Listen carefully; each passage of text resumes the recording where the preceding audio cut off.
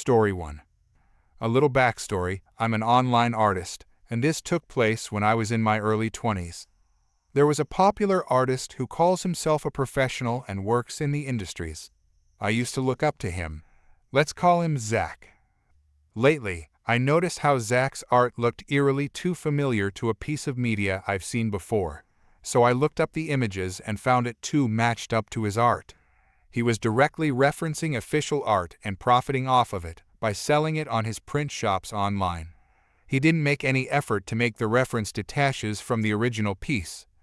I confronted him about it, sending a detailed message not to do that and the possible consequences. I have seen artists in real life who are sued for over $100,000 and to the extent in jail for doing what they did. Instead of being professional and mature about it, he lashed out at me and took it to social media, telling me how wrong I was to falsely accuse him since artists use references and how I could get sued for libel.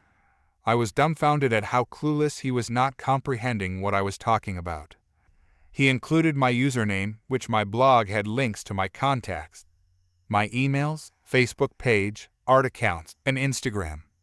His fans, including his group of friends, joined in sending me downright horrific messages to me. I had panic attacks resulting from the pure backlash of his enormous fan base.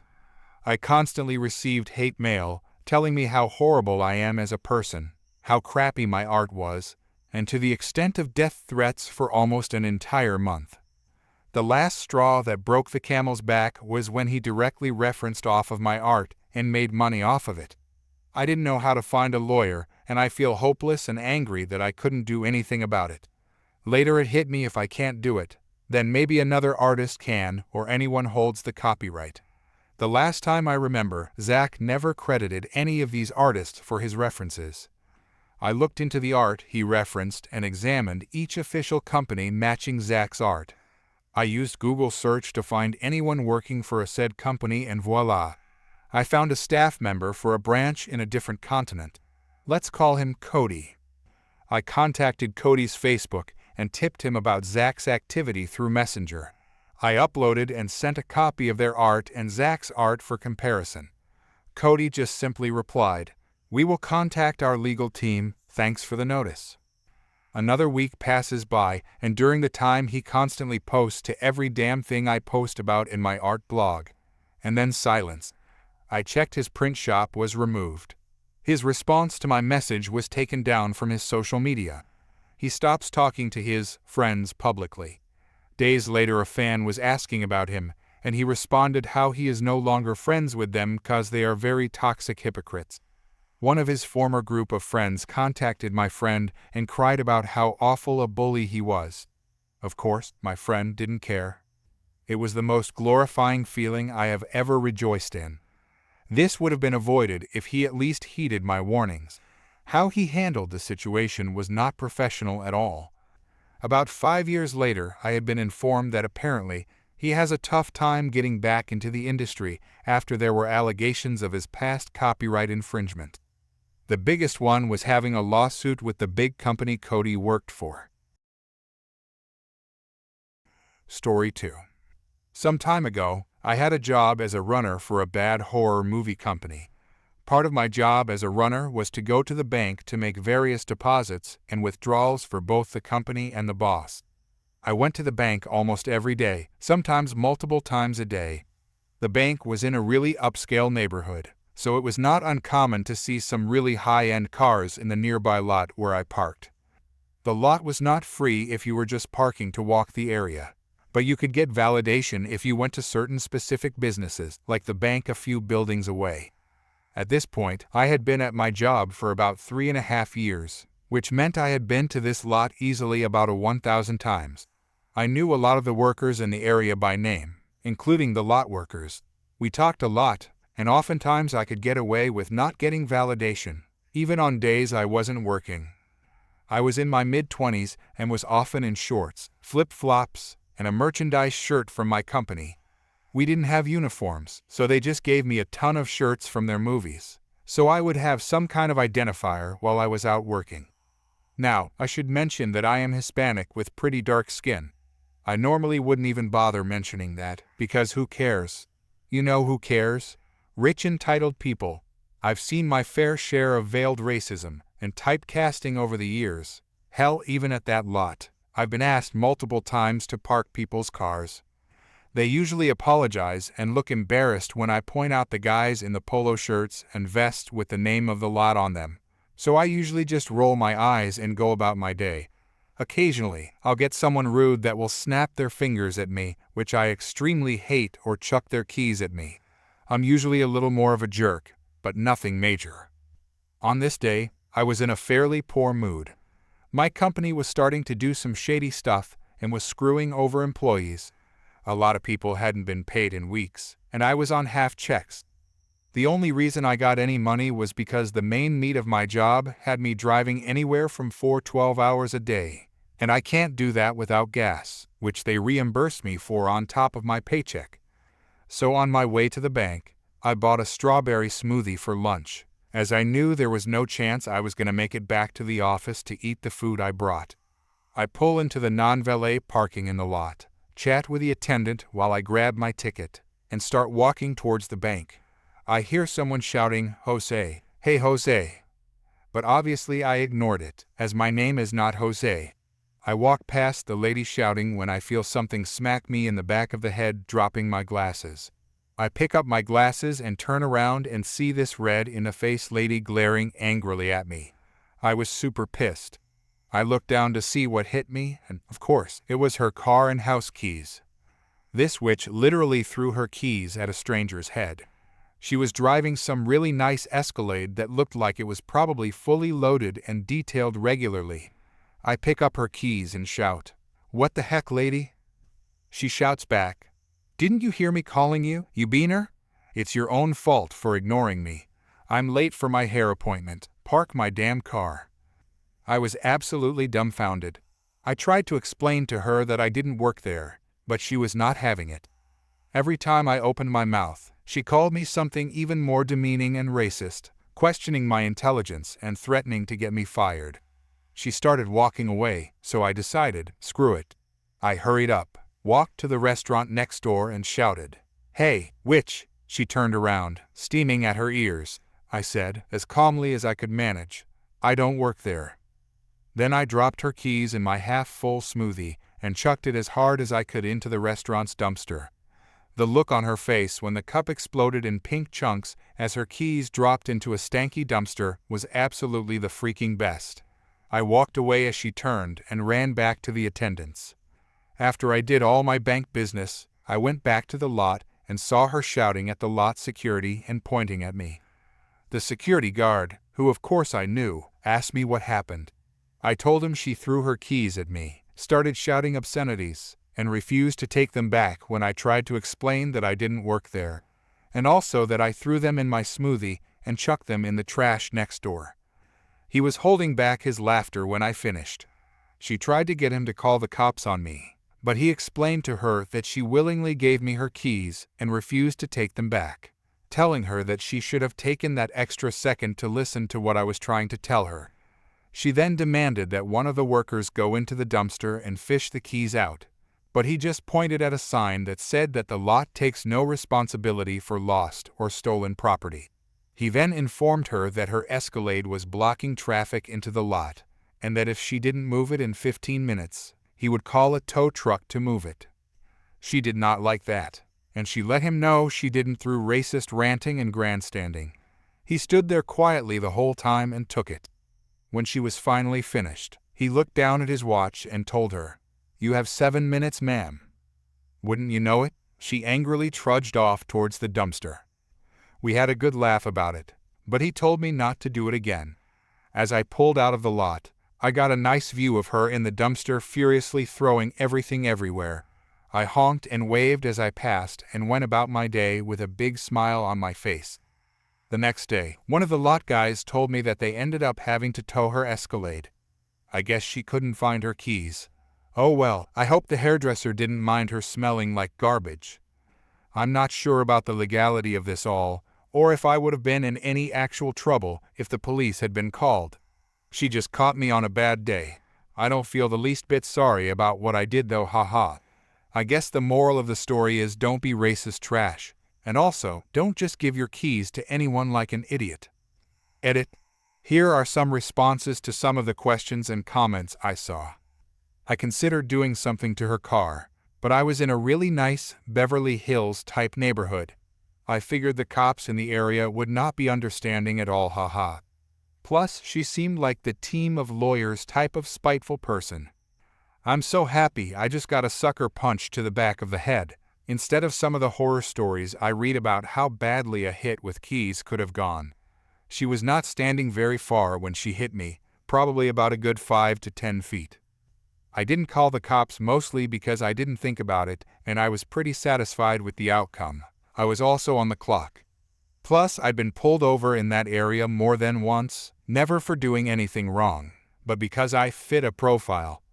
It all seemed like a hassle, and seeing her throwing trash around was more than enough to forget about the pain in the back of my head, haha. Also, thank you for listening. You guys are awesome. Story 3. So some backstory. I recently got a traineeship doing at work in a school. The school is what you can call one of those schools where only the rich can afford. I'm talking $12,000 a year in total fees to go to this school, compared to me who went to a public school and before that, home school. So already to me, this place is crazy fancy.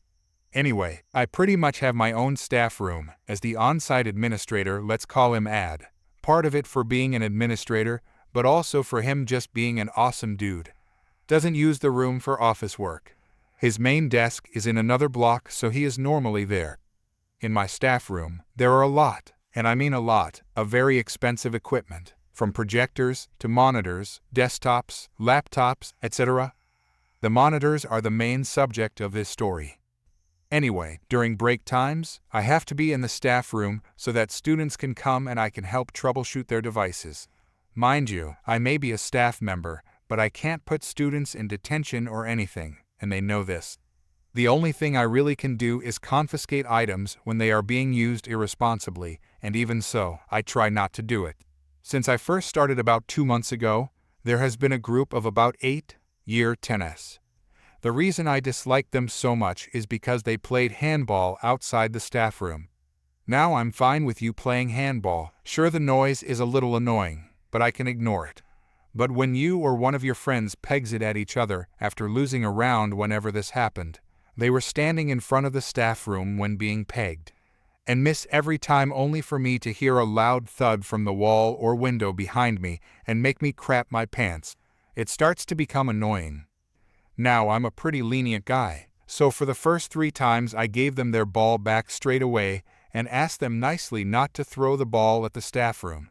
They didn't listen, of course, and on the 3rd time it came and I said I would take it till the end of the day. Within minutes, the ball came flying in the staff room, barely missing one of the students that was there having their device connected to the Wi-Fi. I grabbed the ball and quickly hid it in the cabinet. Seconds later, 3 of them come in. Hey, can we have our ball back?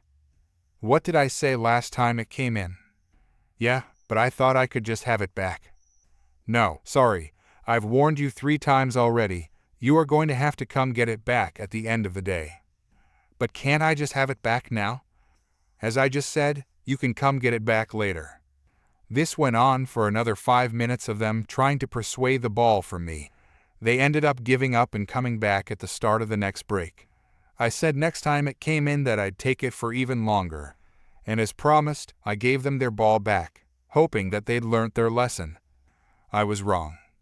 Within seconds, the ball was being pegged at the wall and the window, but they weren't playing handball anymore. They were actively throwing the ball at the wall and the window. A teacher who was on playground duty saw this and came and took the ball off them, which meant I could finally do some work. The next day, they somehow managed to get another ball and was playing the same game again. Again, the ball came in and I said they could have it back at the end of the week. It was a Wednesday. Of course they argued, but I said no. 3 of their friends came at different times claiming that the ball was theirs and the other guys took it from them. I still said no, of course, as I already knew whose ball it was as I saw him getting it out of his bag. Anyway, one of them thought it'd be funny if he'd pretend to steal the computer monitor near the front door and say things like, Well, guess I'll take this if you're taking the ball. A few of them started playing along with other things they could get their hands on. Since it was a joke, they didn't steal anything of value. Maybe some cable ties lying around, but nothing else. But it was the type of nonsense humor that just gets on your nerves when it happens enough. That's when I had the idea. A lot of the monitors in this room are very fragile. Liquid crystal displays normally are, especially as some of these came out of a multimedia lab. So I decided to put a few in a row on the table near the door. These monitors would easily cost around $250–300 each. Anyway, a day or so later, I can hear the banging against the window, and as I expected, smash! The ball flew in through the door and nearly smacked one of the monitors near center, but just a bit higher. I could practically see the damage. But it was so much better than I hoped. I stacked them sorta one in front of the other, so when the first one got hit, it was like dominoes. It actually tipped back and pushed the 4 others behind it. All but the one that was hit fell off the meter-high table and pretty much smashed on impact with the ground. It was beautiful, but also sad. They were some good monitors. I reported the incident to Ad, who then escalated it to the principal and year coordinator. I didn't see who threw the ball, but outside the staff room are some CCTV cameras. And they caught everything. The kid who threw the ball was suspended for 2 weeks and given a $1,000 fine, or his parents, I should say, for the destruction of the monitors. The rest of them were given a 3-day suspension since I had asked a total previous of 9 times. When they came back, they no longer played handball in front of the staff room no more. I was smiling for the rest of the week. The best thing, I didn't get in trouble cause it never would have happened if they listened in the first place. Story 4. At my great-uncle's memorial service today, I heard an incredible story of clever compliance from his years working at a confectionery factory. He passed away at the age of 97, and this tale is a testament to his wit and dedication. For over 50 years, he worked as a boiler room attendant at the same factory. This was just after the Second World War, during a time when most of the factory's machines and heating were powered by steam.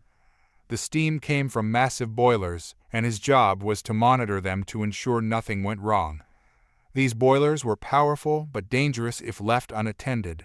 They could potentially explode, causing significant damage. By law, someone had to be present at all times to oversee them. Even when the factory was closed, the boilers remained running because it took too long and cost too much to shut them down and start them back up again. After about 10 years of incident-free operation, the company hired a new supervisor who also doubled as the safety officer. This individual had previously been a sergeant in the Army and brought a strict, regimented approach to his work. He implemented numerous new safety procedures, some of which were helpful, but others seemed designed simply to assert authority.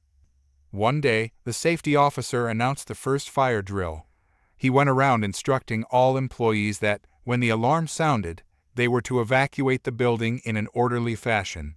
When he reached the boiler room, my great-uncle was on duty. The safety officer told him to evacuate like everyone else during the drill. My uncle tried to explain why he couldn't leave the boiler unattended, but the officer cut him off and firmly reiterated that he must treat the fire drill as if it were a real emergency, with no exceptions. When the fire alarm finally rang, my uncle did exactly as instructed. He shut off the gas supply to the boilers, vented all the steam, purged the water, and joined the rest of the staff outside. At the evacuation point, as they completed a head count, the production manager noticed my uncle among the group and hurried over to him. "What are you doing away from the boiler?" the manager asked, alarmed. My uncle calmly replied, "I'm participating in the fire drill as instructed. Don't worry, I shut the boiler down completely before leaving." The manager's face reportedly went pale. Shutting the boilers down entirely wasn't a small matter. My uncle explained that it would take hours just to refill the boilers with water and reheat them to operational temperature. Worse still, because he had conducted an emergency purge of steam and water, regulations required a thorough inspection of every pipe, joint, and connection to ensure there was no damage before restarting the system. The factory immediately called in the other boiler attendants, who were paid double time to work through the night inspecting and prepping the boilers. Meanwhile, the production staff were all sent home with full pay for the day since the factory couldn't operate without the boilers. The company lost an entire day of production due to the drill. Although the safety officer managed to keep his job, he learned a valuable lesson. For the next 40 years, boiler staff were exempt from fire drills.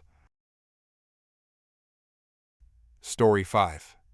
I got my first job when I was 16. It was a questionable, family-run business that paid less than minimum wage, but I figured it was better than nothing. One of the managers there, however, was the epitome of the phrase, middle-aged women who dislike their younger female coworkers. Let's call her Smudge, because her mascara application was quite unfortunate. Smudge had a knack for delivering the harshest and most biting critiques with a big smile plastered on her face. She was the queen of passive aggressiveness and, for reasons I could never understand, seemed to have me in her crosshairs constantly.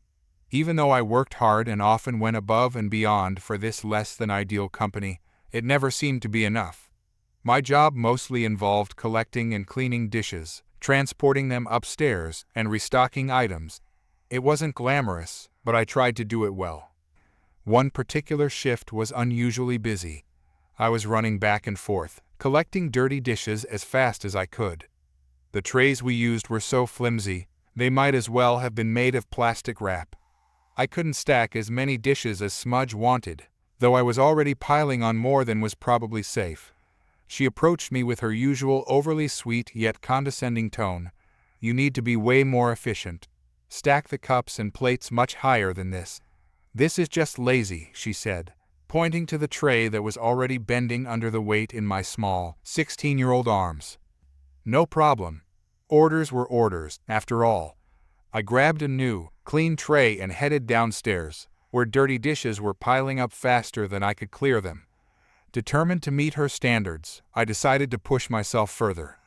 I stacked 2 towers of 10 ceramic plates, added 4 thick round mugs, 4 tall and slender mugs, and 7 tiny espresso cups on top. The tray felt like it was going to snap in half, but efficiency was the name of the game. Summoning all my strength, I lifted the tray and started walking up the stairs, which were littered with trash because no one else bothered to clean up. Then it happened. I tripped on a wet wipe that was carelessly left on the steps. The weight of the overloaded tray was too much to handle, and everything came crashing down. 10 plates shattered, and 7 mugs were chipped. Despite the chaos, I had to keep moving up the stairs because, well, efficiency. When I told Smudge what happened, she panicked and asked, "Why did you stack that many dishes?" I calmly replied, "I was just doing what you told me to do." The next day, management called a meeting to emphasize not pushing past your physical limits. Story 6. About 15 years ago, I was an Army ROT cadet heading through the Basic Officers Leadership course. It was 3 weeks of extended testing on the skills we were supposed to have learned over the last 3 years, mostly about receiving, interpreting, and implementing orders. The largest part of the course was STX, situational training exercises. These were small missions with blanks or paintball guns. Only the cadets in leadership positions were evaluated during exercises, and we were given strict and repeated instructions to follow our orders as briefed. If you improvised and completed a mission by going against orders, the leader being evaluated would receive poor marks. This led to some hilariously bad decisions that no one contradicted. The worst being when we were ordered to wear glowing chem lights on our uniforms during a night mission to help us stay together. I'm sure even without any military training most readers can guess how a shootout goes at night, when one side has bright glowing targets attached to their chests. The instructors took a lot of effort to make us think and observe. It wasn't just force on force. We were also taught to deal with civilian checkpoints, work through interpreters, handle embedded media, and a lot of other complex scenarios. Many of our opposing forces were special forces guys taking an opportunity to instruct and possibly torment new officer candidates and make things as close to real life as possible. After 2 weeks of these constant drills, we finally reached our final graduation mission, the dawn raid. We would be trucked to a starting location, night march about an hour to get into position, then have a pitched battle in the mock town. There were multiple extra safety briefings because the raid was to start with an explosive breach on the largest building. As we were loading up, we got two final and very important pieces of information. First, this was our graduation mission, and there was a very high probability that there would be VIPs coming to observe. They all had been instructed not to interfere or intrude, but we should be on the lookout anyway. Second, this was a free-fire mission. The town was considered free of civilians, and every military-age male is to be considered hostile. After 3 weeks of bad food, poor sleep, and constant pressure, we were all due for a dose of catharsis. This was our final mission, and we had just been told the gloves were off, and we had strict instructions to follow all orders, especially rules of engagement, to the letter. As my squad got into position for the opening assault, there was a ripple of silent hand signals going up and down the line. Target sighted, hold fire. The morning was just starting to lighten, and I could just make out a human silhouette about 50 feet away, leaning up against a dark, but definitely civilian model truck. There were 15 of us lined up and primed for violence, when on the far side of the town we heard the sharp crack of a door being explosively removed from its frame.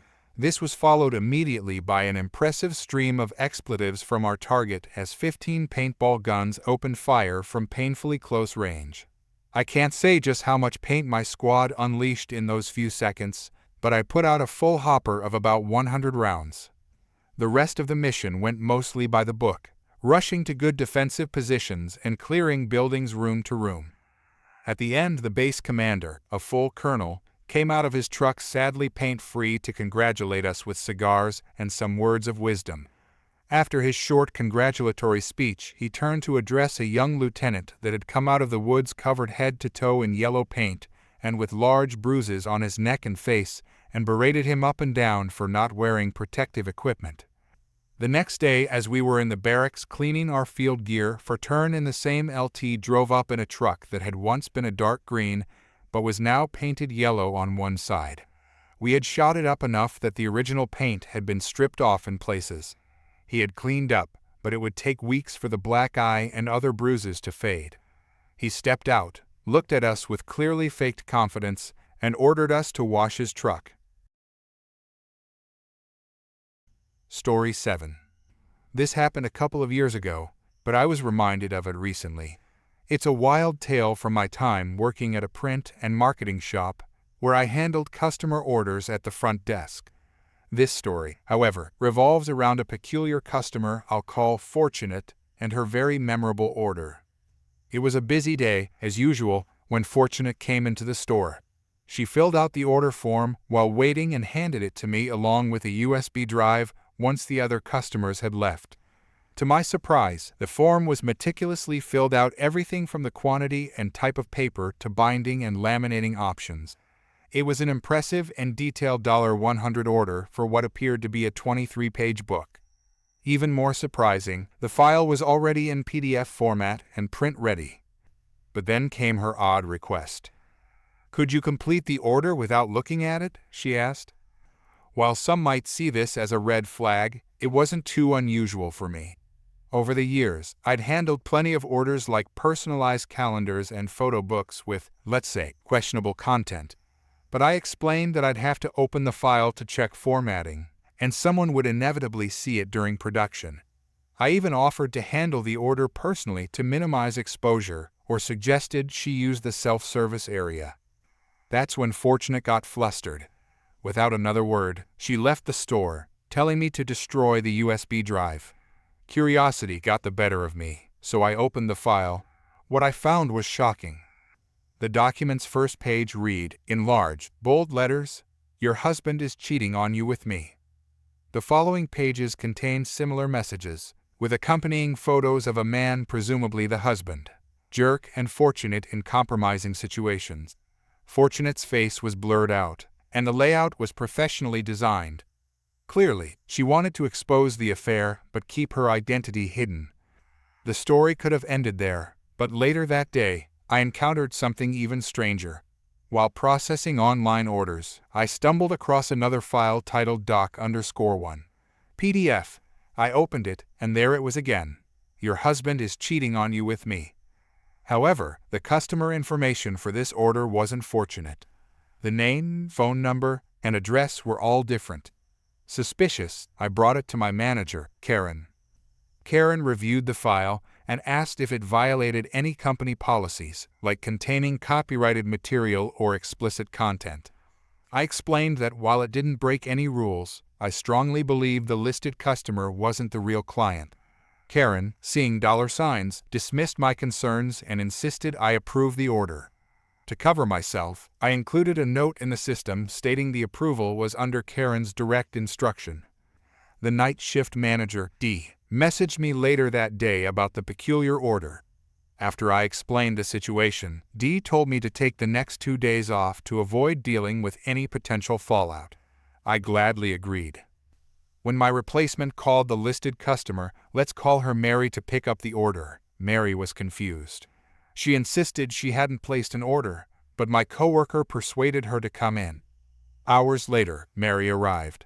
The moment she saw the cover page, "Your husband is cheating on you with me," she threw the book across the counter and stormed out. Minutes later, a heated argument erupted in the parking lot between Mary and Jerk. Witnesses said Mary took the car keys and left Jerk stranded. Furious, Jerk stormed into the print shop, yelling and blaming the staff for ruining his life. He even smashed a brochure display onto a self-serve printer, cracking its casing. Luckily, the printer survived. It was built like a tank. The police were called, but Jerk fled before they arrived. Karen tried to pin the entire situation on me and the night crew, but during an HR meeting, her plan backfired spectacularly. HR representative: how was he supposed to know it wasn't her? Karen: because he told me he knew it wasn't her. HR representative: wait, you knew and still had him approve the order? Karen had no way out. She opened her mouth, effectively inserted her foot, and set the stage for her eventual downfall as manager. Though I wasn't directly involved in her ousting, it wasn't long before others led a successful coup against her. Why did this story resurface years later? My current boss was going through Karen's old computer files and found document 1 in PDF. It was like a relic from a chaotic chapter in my career, and we couldn't help but laugh at how it all unfolded. Story 8. This is a quick and funny story about my uncle, who was a legendary foodie and an incredible chef. My mom's brother, who passed away years ago, had a deep passion for food. It was like his calling in life. If there was something delicious to eat, he was all in, and if there was an all-you-can-eat challenge, you better believe he saw it as his personal mission. One time, my parents took my uncle to a seafood restaurant. It wasn't a fancy or famous spot, but they happened to be testing out an all-you-can-eat buffet on Thursdays. Those 4 magic words, all-you-can-eat, were music to my uncle's ears. For him, it was more than a meal. It was a test of the restaurant's promise. As soon as they set their coats down, my uncle was off to the buffet. His first plate was a sampler. He tried a little of everything. By the second round, he was still sampling, but by the third, he had a game plan. He started focusing on his favorite dishes, piling his plate high with the best fried and filleted offerings. Meanwhile, my mom and dad were still on their second plates and considering dessert. They sat there for nearly 2 hours as my uncle made trip after trip to the buffet, eventually getting to his 7th round. By then, the restaurant had reset the buffet table twice. The manager, understandably stressed, approached my dad and asked if he could calm his brother-in-law down. My dad simply replied, "You said it was all you can eat, right?" By that point, my uncle was finally satisfied, and they all left the restaurant laughing. But the story didn't end there. The next Thursday, my uncle returned, this time with his wife, who was also a serious foodie. Together, the two of them cleared the buffet twice before the manager asked them to leave. The following Thursday, and the one after that, they came back for more. Within a month, the restaurant discontinued its Thursday buffet entirely. Decades later, the restaurant came under new ownership, and the new management considered bringing back the buffet. When my dad overheard this, he couldn't resist sharing the tale of my uncle's buffet exploits. Did they listen? Of course not.